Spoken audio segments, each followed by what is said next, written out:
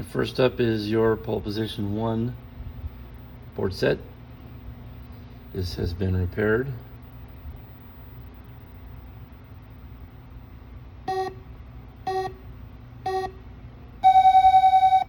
So we'll start with the CPU board. It had damage in this area. It's really typical battery leaks and outgasses, and causes problems all along this edge of the board here. So I had to replace the 3 transistors and clean up a couple other problems in the area. And I believe I changed the CPU socket for good measure, because that's generally destroyed because it's so close. That one's usually bad too, but this one wasn't bad, so it did not get replaced. I installed an NVRAM for high score save, so don't have to worry about having a battery. This CPU board also had a bad ROM over here.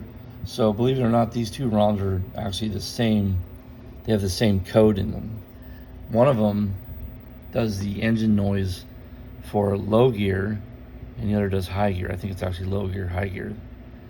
But they're swappable and exactly the same, which is kind of strange, but that's the way Atari did it, or Namco, however you want to call it. One thing I like to do with these things is give them a little wiggle test and see if it resets, and it does not. A little tap test, make sure it doesn't reset. So that's the CPU board. The video board, on the other hand, was, oops, I just shut down my power supply. Hang on a second. Gotta put you down.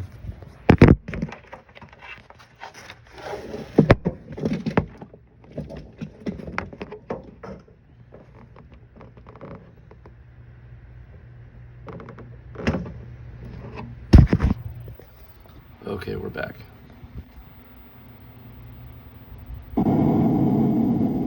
Alright, back to what we were talking about, video board. This thing has had some work on it in the past. That jumper is factory. Those are those parts. It was lifted from the board, so I went ahead and glued it back down to the board, so hopefully it doesn't get pulled out, because you do need that. I'm not sure what it does. Looks to me like it's got something to do with clock. So if it's missing, I'm sure this board won't boot at all. So this started, it's giving me RAM 22 errors, which I believe is that RAM there. And I looked around that RAM. The RAM itself was fine. The work done to the board was fine. So that was not the problem. I resoldered a few things and it came back up. I think I pulled, no, not that part, although that part has been pulled. These 2 proms.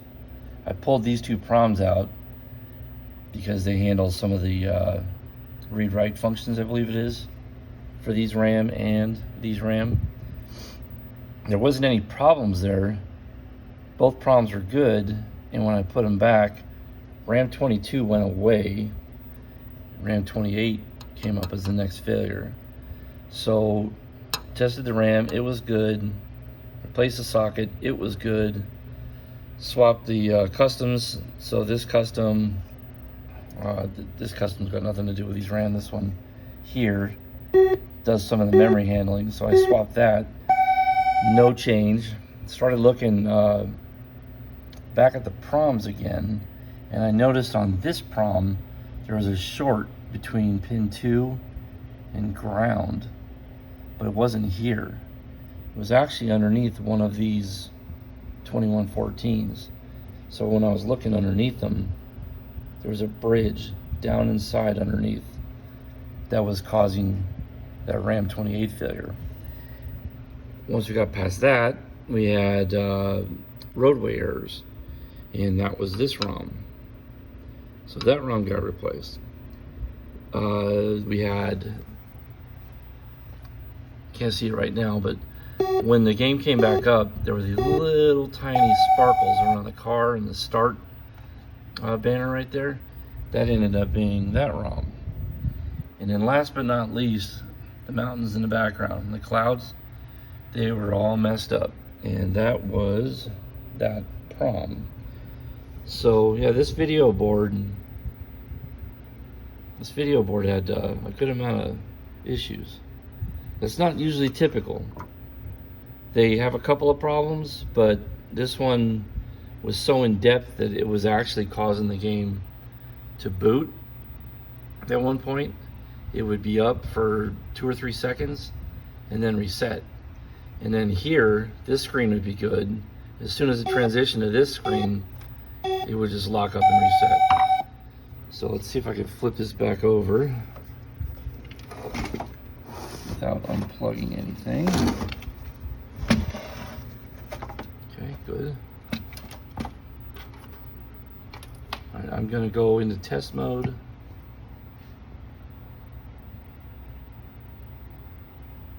Play all the sounds real quick.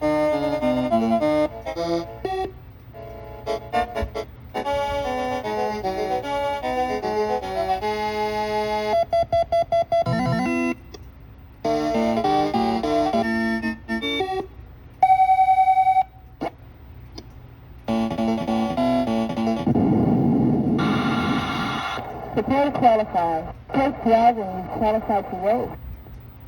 Okay, back out of test mode. So here's my steering wheel. So I'm going to give this a one-handed play here real quick. I'll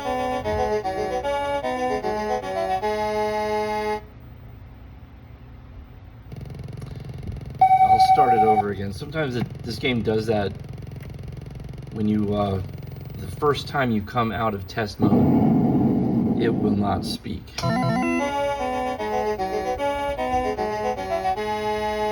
Prepare to qualify. Yeah, okay. So let's give it gas. And shift. And steer.